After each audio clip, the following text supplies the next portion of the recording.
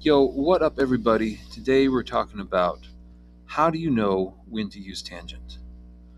So locate your right triangle has a right angle, right? In this case, it's right here, where the two sides meet perpendicularly.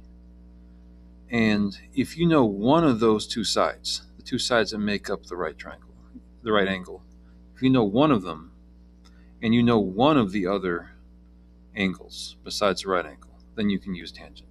Okay, so in this case, here's the right angle.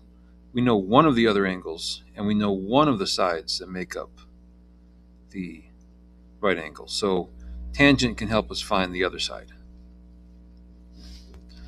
Right, so tangent in this little diagram here would be the opposite over hypotenuse. So you look for the side opposite the known angle, which is over here, divided by the side that's adjacent to, right? So it can't be the hypotenuse, it has to be the other one.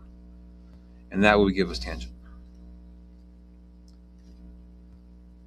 Right, so tangent would be A over B, which would be 30 over B, which would be this unknown side. All right, so now we just have to do a little algebra to rearrange this formula. Multiply both sides by B, and the B's cancel out. And then we have to get rid of that tangent 39 from the left side, so we're going to divide both sides by tangent 39. And it's going to cancel out on the left side. So B is equal to 30 over tangent of 39, and that is something you can put in a calculator. And you get 37.5.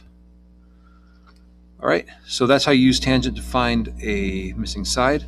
Now, just quickly, what if we did not know this side, but we had been given this side in the beginning? All right, so let me show you how to do that, because you're still going to use tangent, but the math is a little bit different.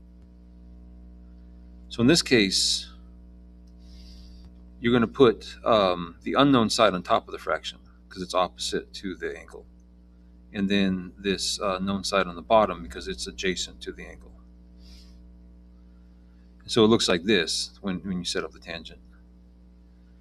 Multiply both sides by 37.05 because you want to isolate the A on the right side of the equation. That cancels out. So you get that, and that is something that will go right into a calculator and give you an answer. And the answer would be 30. All right, so there you go. Again, you use tangent if you know one of the sides that make up the right angle and you know one of the other angles besides the right angle. Then you can use tangent to find the missing side. All right, hopefully this helps, and I'll see you all in another video.